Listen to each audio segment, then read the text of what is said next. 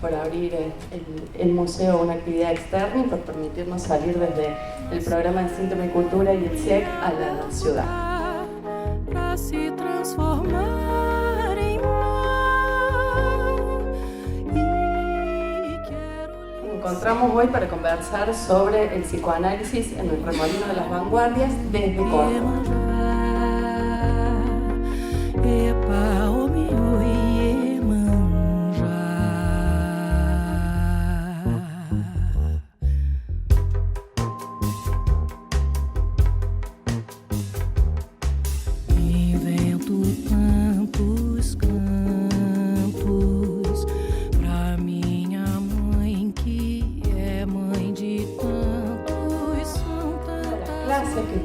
Del seminario, del curso anual del programa de Síntoma y Cultura.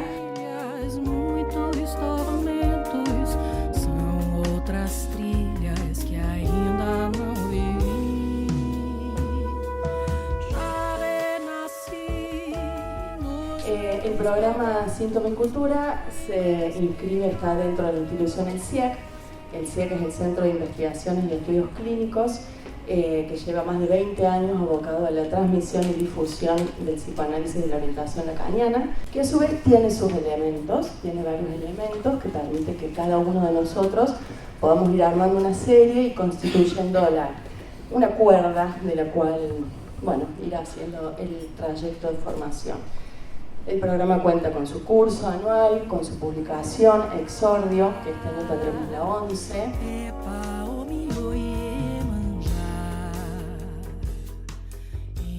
Junto a Aníbal Uede, artista, vamos a decir artistas secas, retomando las palabras de Jacobi, ¿no? Que despega al artista, el verdadero artista, de la especialización.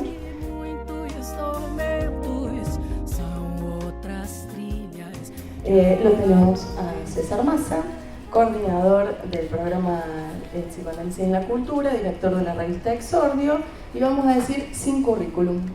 Me gustaría también que después en la conversación retomemos ese punto. Y bueno, lo primero que les quiero preguntar, voy a arrancar yo, pero la idea es que esta es una interlocución, así que invitarlos a que participen activamente. Lo primero que les quiero preguntar es ¿qué es la vanguardia? Es una pregunta que le deberíamos hacer a Massota, pero es la conferencia que nos falta, y acá estamos bordeando esa conferencia que nos falta, tratando de decir algo alrededor de eso. Bien. Bueno, yo vine acá justamente para que César me ilumine con respecto, porque no sabía. O sea, digo, bueno, ¿de qué? Aparte, ¿por qué volver a la vanguardia? Ajá. O sea, ¿por qué nos reunimos todos nosotros para hablar de la vanguardia de los 60? Ahí está, César. No soy empleado de PEC. No va a iluminar, o sea, ninguno de los dos. Creo que podemos empezar como a ver como aspectos más puntuales, a ver cómo vamos como desenredando esta idea de... Sí, ¿y por qué nos importan las vanguardias? ¿Qué hacemos todos acá un sábado de mañana? Por el calor que acá está re bueno, acá adentro. Es como un momento crítico con Tucumán Arde, no recordaba bien. Entonces le escribo un mail y le digo, a ver, contame algo más sobre Tucumán Arde. Bueno, M me contesta que está con 40 grados de fiebre y hace días, pero que me va a tirar algo. Que está ardiendo. Entonces, ahí dice, entrecomillado, sobre esto de Tucumán Arde, sí hay cosas interesantes, como ser una de las primeras manifestaciones colectivas puramente políticas, con un fin, etc. Es interesante para el psicoanálisis, todos ustedes, yo por hacer eso me perdí, que las muestras se hicieron en Rosario y Buenos Aires, pero si mal no recuerdo no se hizo nada puntualmente en Tucumán. Acá aporto yo algo, sí se hizo algo en Tucumán, pero fue a modo de excursión. Fueron ahí los artistas a ver los indios que estaban pasando mal, ¿no? Entonces para mí son como intervenciones tranquilizadoras de conciencia. Fue, acá puse, el viaje de los porteños todos juntos a evangelizar a los indios, todos, ¿no? Una definición de arte. La pregunta no sería qué hacemos, sino qué hacemos con esto. y acá aparece Mazzotta, de repente no sé cómo baja acá, sus libros, los de Mazzotta, se pueden leer como intervenciones. Mazzotta, transmisión, pone en cuestión al sujeto del psicoanálisis con el sujeto de la historia, articulados. Y en Sexo y Traición, en Roberto Arlt, Mazzotta, esta primera parte no está como marcada, entonces se ve que es como texto que yo iba sacando de algo que iba escuchando, análisis de los personajes de la novela de Roberto Arlt como antihéroes, personajes que están sometidos a una dinámica de clase, pero que a su vez arrojan algo de su individualidad en ese marco colectivo. Afanoso buscador de originalidades a modo de relámpago, tiene que traicionar su clase.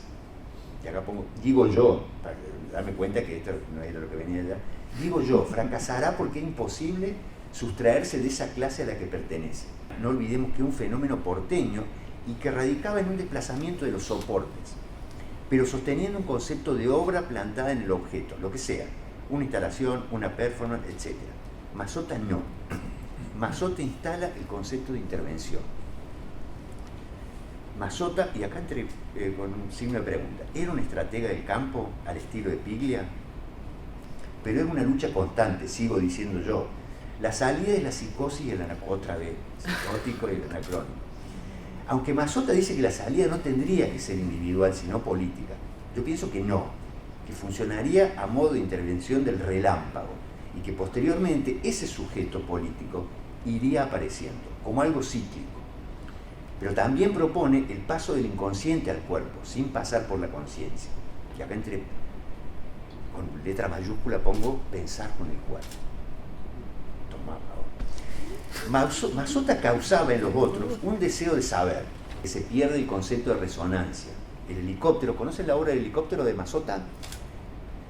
Que, salía un helicóptero y la gente de abajo veía el helicóptero, entonces él convocó dos grupos.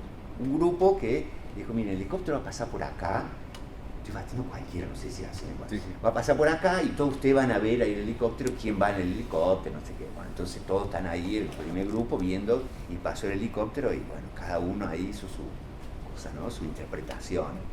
Pero había un segundo grupo que Mazzotta lo hizo llegar tarde a propósito. Entonces llegan tarde y dijeron, che, organizó mal esto, ¿no? Los horarios, porque... Y no, loquito, o sea, dijo, no, a propósito. Y eso me parece muy interesante con respecto al campo del arte, porque lo que este otro grupo que no vio, se juntó con el primer grupo, y el primer grupo le contó a estos, ¿no?, lo que había sido lo del helicóptero. Le contó mal, porque bueno, cada uno entendió ahí, contó mal, digo, en el buen sentido, ¿no? Entonces me parecía que ahí empezaba a tallar la idea de resonancia, que son como los malentendidos, los equívocos, ¿no? Le dice algo, el teléfono descompuesto, o es muy viejo ese juego, ¿no lo conocen? Bueno, que alguien le dice algo al otro y el otro entendió no sé qué, y se lo dice al otro y el otro ya entendió otra cosa, y me parece que ese concepto de resonancia es central dentro del campo del arte. Sin datos. El otro se quedó sin datos móviles. Algo así, bueno, claro. Sobre el pop creo que es una conferencia que da y después viaja a Europa y ahí ve, a Europa, a Estados Unidos, ahí ve las obras, se vuelve y hace un libro, ¿no? ¿Cómo se llama? Sobre el pop o el pop. Acá también. ¿Cómo se llama? Sobre el pop art. Ahí está, sobre el pop. El pop art. El pop art.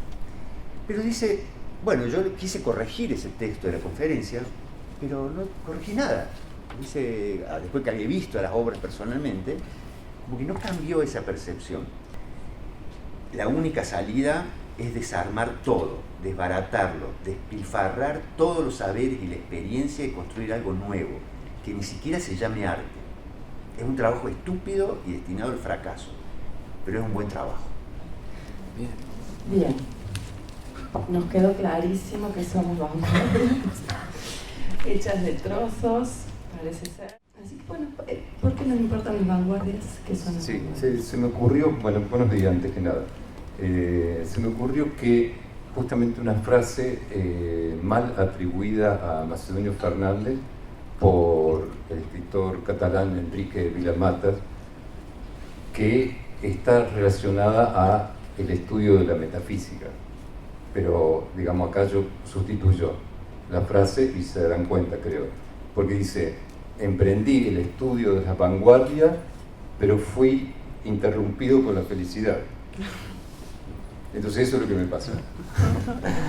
Bien, entonces, papeles sueltos, por supuesto, ¿no? El tema de el psicoanálisis, retomando una frase de Lacan, muy comentada por Jacques Alain Miller, dice, bueno, no cae, digamos, como un aerolito, ¿no?, en una cultura y va a perforar el discurso universal, sino que tuvo que caminar, esa es la frase que me gusta mucho, dice, largos años en las profundidades del gusto para que la vida de Freud sea practicable. Entonces, estas profundidades del gusto es en las que estamos. Ubicamos, digamos, un precedente en los años 20 en la revista Clarín, no tiene nada que ver con el grupo Clarín, aclaro, ¿no? Dirigida por Carlos Astrada, en el año 26, 27 en Córdoba, donde, entre otras cosas, tenemos unas intervenciones en esta revista en Córdoba, bueno, respecto de las vanguardias visuales de Petoruti, de algunas traducciones que salen en la revista Commerce en París de Joyce, dirigida por Valéry Larbaud, el traductor de Joyce en Francia, un gran escritor también, muy comentado por Enrique Villamatas. Entonces, eso es año 26 y 27 en Córdoba. Hay toda una cuestión muy irónica respecto de lo que es un término que me parece importante tener en cuenta, y es el término de la parálisis, ¿no? Es un término que está, por supuesto, ustedes sabrán, está en James Joyce, ¿no? El primer relato de Dublineses habla de una parálisis, y él se plantea, digamos, de que Dublín, Córdoba, es el lugar central de la parálisis. Entonces, el punto es cómo cada tanto hay artificios y respuestas a esas parálisis. Bien, entonces la frase que plantea Jacques Alain Miller es la siguiente, hablando de la formación analítica, dice, la formación analítica supone un ámbito, ahí cito, un ámbito, un caldero donde cada uno se sumerge y aprende a nadar por sí mismo como los niños, a veces con la ayuda de salvavidas. Además, está el análisis personal, que no es un aprendizaje en el sentido tradicional, es el precio que se paga por el saber sobre sí mismo. Es más fácil armar un currículum que un ámbito de pasión. Creo que debemos hacer un esfuerzo más por crear y fortalecer estos ámbitos de pasión. Bien, entonces lo que me interesó es ubicar, digamos, las características que ya sabemos de lo que es un currículum, ya lo sabemos, ¿no es cierto?, qué es un currículum, pero se lo recuerdo, ¿no? Ahí anoté, grosso modo, esta mañana, esto. Bueno, implica una sucesión un currículum, ¿no? Hay un escalonamiento, hay una jerarquía en los hechos de acuerdo al puntaje. No se podría contemplar, por ejemplo, los intentos frustrados de escribir, como hace Oscar Mazzotta, 6 intentos frustrados de escribir sobre Roberto Bar. Ni tampoco lo que no ha ocurrido. No se contempla eso. ¿Cómo vas a poner en tu currículum lo que no ha ocurrido? Bien, 3. Los hechos están comprimidos en una unidad de valor. Y por supuesto eso, la unidad de valor es un valor de cambio, digamos que eso acumula incesantemente el discurso, digamos que en un punto empezamos a servir permanentemente en la medida en que empezamos a ser hablados por ese discurso del capitalismo, el valor de cambio, ¿no? Es decir, porque el punto es lo que no tiene ningún valor. Pero y ahí... estás hablando, a ver cómo es. Estás hablando del currículum como coartada empírica. O sea, lo empírico que pueda ser certificado. Exactamente, yo hablo del currículum como institución y el currículum mental, que es una mentalidad que nos habita a cada uno. ¿Y quién autoriza? ¿Quién le da el poder a ese currículum? O sea, ¿quién legitima? ¿Quién certifica? Y yo creo que es una servidumbre voluntaria de efectos de creación a ese síntoma y no nos refugiamos, digamos, en un conformismo que sería una profesión o un éxito profesional. No sé, me parece que podría plantearse ese problema. Pero mira, supongamos, tomamos el caso de Tucumán Arde, ¿no? ¿Cuáles serían las consecuencias políticas de la intervención de Tucumán Arde? Porque supuestamente ahí hay un norte, ¿no? Los artistas accionando en pos de estos pobres desgraciados también. ¿Qué cosa se desplazó? ¿Qué cosa se modificó a partir de la intervención de Tucumán Arde? Igual en ese campo, ¿no? ¿En cuál sí? ¿En cuál sí? Digo, porque sí hay efectos subjetivos, digamos, la experiencia de estar en esa... Bueno, esa es mi pregunta, o sea, Bien. ¿cuáles son las? Bueno, sí, me parece que es un debate, digamos, que en un punto está muy difícil de instalar, pero algunos lo han tomado a una generación al sacrificio.